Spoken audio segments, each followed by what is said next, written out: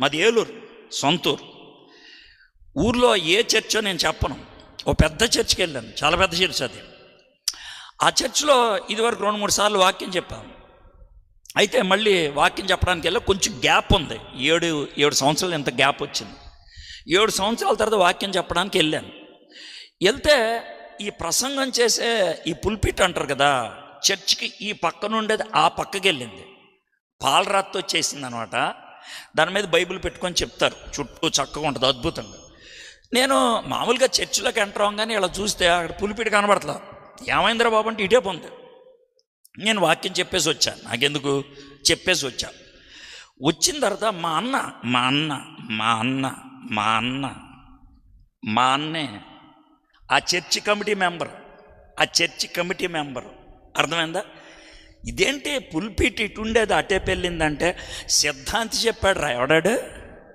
ఎవడాడు సిద్ధాంతి చర్చిలో పుల్పిట్ ఎటు ఉండాలి చెప్పాడంట. వాస్తు ప్రకారం ఈశాన్యం నుంచి వాక్యం వెళ్తే వారుగా వెళ్తుందంట. నేను అబద్ధం ఆడలా. మీరు పర్సనల్గా వచ్చి అడిగితే చర్చి పేరు కూడా చెప్తాను. నేను పబ్లిక్గా చెప్తే బాగోదని చెప్పట్లేదు, అంతే. అర్థమైందా? సిద్ధాంతిని అడిగి మార్చేశారంటండి. వీళ్ళు ఏమంటారండి, మీరు చాలామంది ఇల్లు కట్టుకునేటప్పుడు వాస్తు ఫాలో అవుతారా? సార్ చెప్పాడు సార్, ఆడు తాపి మేస్త్రి బాత్రూమ్ ఇటే ఉండాలన్నాడు సార్. ఆడు చెప్పాడు సార్ వాస్తు ప్రకారం. ఈ పాస్టర్లు కొంతమంది ఉంటారు, దిక్కుమాల పాస్టర్లు. మనకు కూడా ఉంది సార్ వాస్తు అంటాడు ఆడు. ఎవడు చెప్పాడో ఎక్కడుందో వాస్తు నాకు తెలియదు.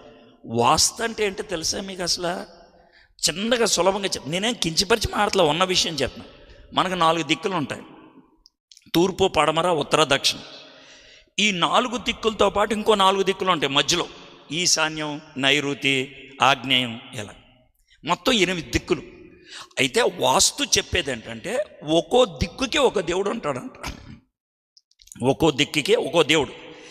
ఈ 8 దేవుళ్ళని, 8 దిక్కుల్లో ఉన్న వాళ్ళని అష్ట దిక్పాలకులు అంటారు. అష్ట అంటే 8 దిక్కుల్ని పరిపాలించేవాడు. ఈ అష్ట దిక్పాలకులు చేసే పని ఏంటంటే ఎవరి దిక్కు వాళ్ళు ప్రొటెక్ట్ చేస్తూ ఉంటారు, కాపాడుతూ ఉంటారు.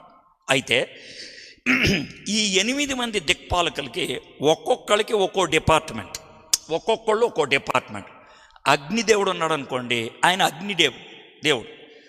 గంగ నీటికి దేవుడు. అలాగే ఒక్కొక్కళ్ళు ఒక్కో దేవుడు. అయితే వాస్తు చెప్పే సింపుల్ విషయం ఏంటనంటే ఏ దిక్కులో ఏ దేవుడు ఉంటాడో వాడిని తృప్తిపరచాలి. ఏ దిక్కులో ఏ దేవుడు ఉంటాడో వాడిని తృప్తిపరచాలి.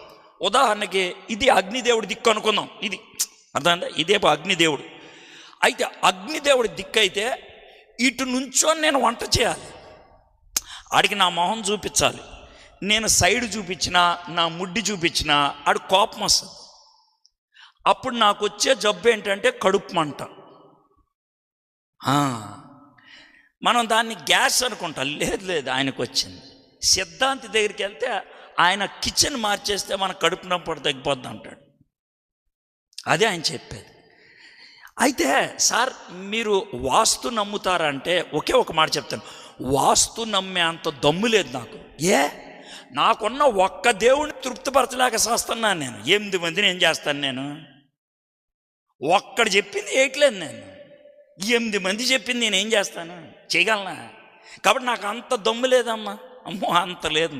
మీకు ఏమన్నా ఉంటే చేసుకోండి సార్. మీరు చాలా చిన్నోళ్ళు సార్, మీరు ఒక్క దేవుడిని తృప్తిపరుస్తున్నాం, మేము చాలా సూపర్ సార్, 8 మందిని మేము తృప్తిపరిచేస్తున్నామంటే చేసుకోండి.